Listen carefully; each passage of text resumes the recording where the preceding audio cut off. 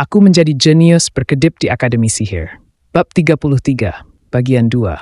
Aku tidak bisa memikirkan cara untuk menciptakan celah.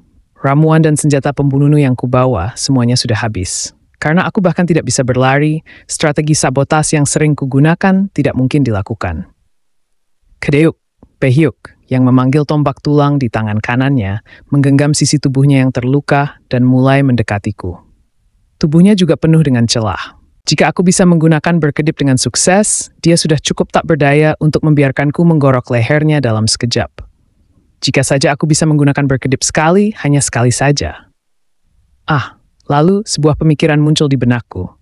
Jika aku tidak bisa membatalkan berkedip, aku menggigit bibirku dan berdiri, berguling keras di belakangnya dan merangkak lagi. Aku lebih cepat dari kecepatan mendekatnya Behyuk. Apakah kamu berencana melarikan diri lagi? Kamu tidak bisa menggunakan berkedip, jadi kamu terlihat sangat memalukan. Aku mengabaikan ucapannya dan terus berguling. Seluruh tubuhku dipenuhi tanah. Luka-lukaku robek terbuka dan darah mengalir deras, tetapi aku tidak berhenti. Dan akhirnya, ketika kami tiba di tempat yang diinginkan, aku berbalik dan menatap mata Behyuk. Jarak antara aku dan Behyuk tepat 13 meter. Jadi tidak perlu ada pembatalan berkedip. Aku memegang pedangku lurus di depannya. Menyadari sesuatu, Behyuk buru-buru mencoba melindungi dadanya dengan lengannya, tetapi dia terlambat. Berkedip, aku melaju sejauh 12 meter dalam celah singkat 0,1 detik dan menusukkan pedang dengan sekuat tenaga ke jantungnya. Ku cetek. Keluaran mana pedang Argento lemah sehingga tidak bisa menembus perisai Behyuk yang sudah melemah sebanyak mungkin. Tapi pada titik itu, aku tidak bisa mundur. Aku mendorong pedang itu dengan sangat halus sekali lagi. Fuwuk! Kali ini aku menusukkan pedang itu dengan tepat ke jantungnya. Roar! Thud! Sudut pandang ketiga.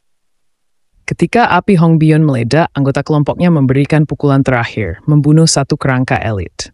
Mereka membunuh 3 kerangka elit yang ditugaskan kepada mereka, tetapi masih ada 2 kerangka elit yang tersisa. Dia menggigit bibirnya dan memeriksa anggota kelompoknya. Tidak baik.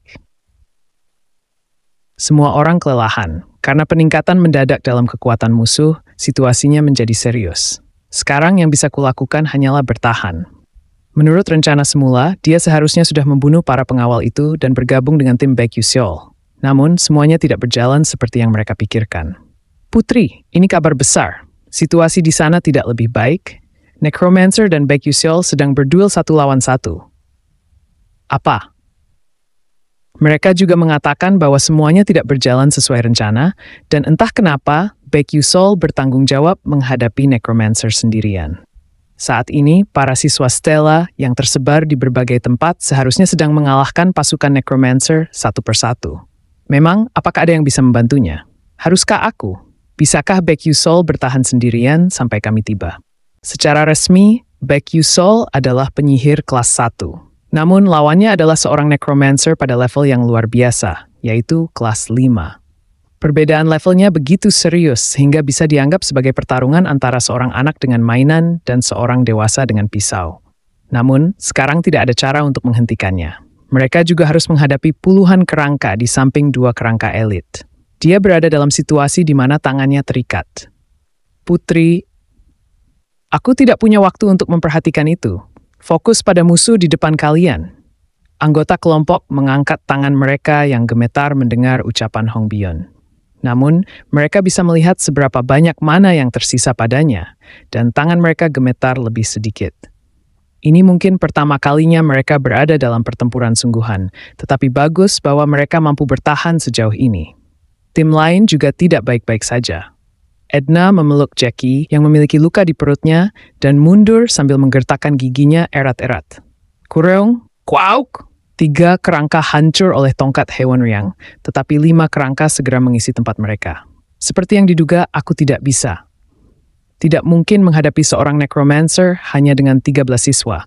Tidak ada cara, tidak ada harapan. Aduh, dia terkena tongkat yang diayunkan oleh seorang kerangka.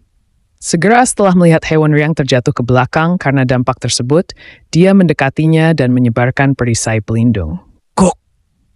Oh!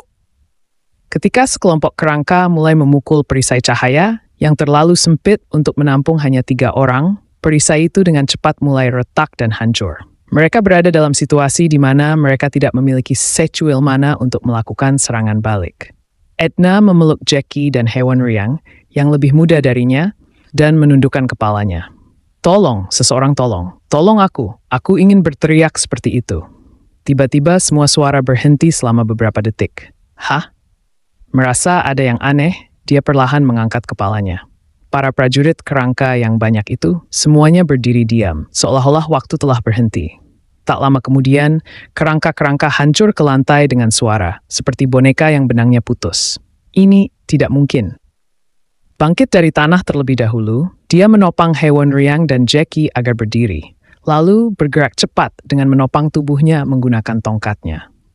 Hong Bion dan anggota kelompoknya, Aisel, Denmark, dan Ben terhuyung-huyung ke arahnya, seolah-olah bukan hanya dia yang menyadari bahwa situasinya telah berubah. Mereka akhirnya mencapai pusat. Pada saat itu, mereka melihat pemandangan yang tak dapat dipercaya. Sebuah pedang yang bersinar dengan cahaya tanpa warna tertancap di dada Baekhyuk, dan Baek Yusol yang memegangnya. Adegan itu menandakan hanya satu hal. Baek Yusol mengalahkan Necromancer. Setelah mengonfirmasi kenyataan itu, mereka mendengar seseorang jatuh ke tanah. Mereka bertindak seperti domino dalam rantai, dan demikian pula serangkaian suara terdengar. Kami hidup. Aku hidup. Haha. Bagaimana mungkin seorang mahasiswa baru di tahun pertama bisa mengalahkan Necromancer? Pertanyaan-pertanyaan itu tidak penting pada saat itu. Mereka selamat. Fakta itu saja sudah menyentuh hati mereka. Ark! Beberapa berteriak penuh kemenangan, beberapa menangis, dan beberapa saling berpelukan dan bersuka cita. Sekarang semuanya baik-baik saja. Mereka aman.